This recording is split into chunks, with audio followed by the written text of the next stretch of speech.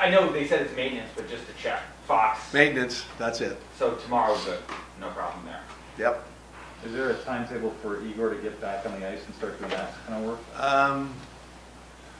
No, I never heard that, but I think he's coming on the trip with us, so whether he skates tomorrow or not, I don't know. Or it's just treatment, I'm not sure. Without getting into specifics, since I know you won't, what goes into the decision about either playing Georgie both games or splitting them in the next two? Well, we definitely got to watch the game tomorrow and see where it goes and then see how things go from that, but there's no decision made yet on what we're going to do with the next two games. Georgie's obviously going to play tomorrow, and then we'll see from there. And, Benny talks a lot about it, and, see what the workload is, see what everything's going, and see how things go. So we're just trying to take it one day at a time. Did you like the way your team played in front of him the other night? I know you don't try to change too much, Yeah. but do you want them to be a little bit more conscious now?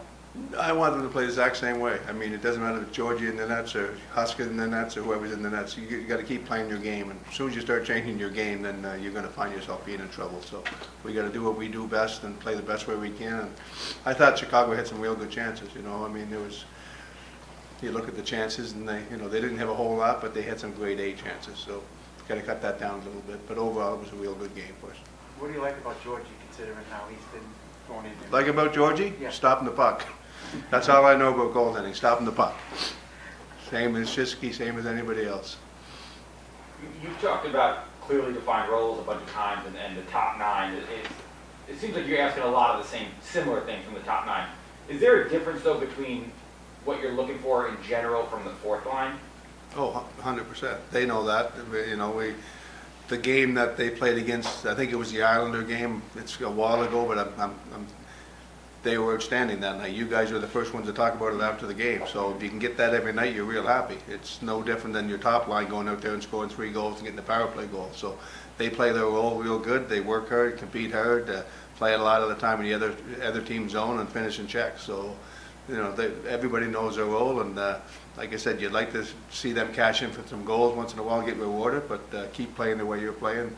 Chip pucks in, forecheck hard, and don't get scored against. When you're having a lot of confidence in them, which it seems that you have recently, how much does that help the entire lineup, because you don't have to maybe extend guys with more minutes at the top of the lineup? Well, that's what you worry about. I mean, guys at the top of the lineup want to play. They don't want to play 50 minutes a night. They want to play 18, 20 minutes a night, and you try and satisfy everybody, and that's what makes good teams. Everybody's being, and I think our guys and our top guys realize that. Our fourth line's not going to play 5 minutes. They're going to play the 8 to 12 to 13 minutes in that area, and that's important for our group. Do you sense, because Reeves has talked about this, and a couple of those guys have talked about it, that the way that they get pucks deep and be physical, does that wear teams down over the course of the game? Definitely, definitely. And if you play the game just fast the whole time and nobody's bumping people and their defensemen are going to jump into rush all night long, it makes a big difference in what the other team's going to do. So when you got people bumping into people and playing physical hockey like that, it goes a long way with our team. And does it make your job easier? You talk about, you changed the lines a bunch early, now you've kept them the same. Does it make your job easier in general just to feel like you like where they're at and you're going to let them roll? Yeah, when they're winning and playing good, like I said, there's no reason to change much. But again, Capo might be playing with somebody else tomorrow night. He's not, but things change in a day, and coaches try different things. It's an 82-game season, and some nights you're not playing that well, and you make a change. So that's part of coaching, that's part of the game, and guys don't mind that. As long as guys are playing, they don't care who they're playing with. But do you sense it does provide some comfort for the players to just 100%. Yeah. I mean, there's nothing better, and I said it earlier in the year. There's nothing better than rolling 4 lines over and everything's going perfect. We're far from a perfect team, but we're getting better.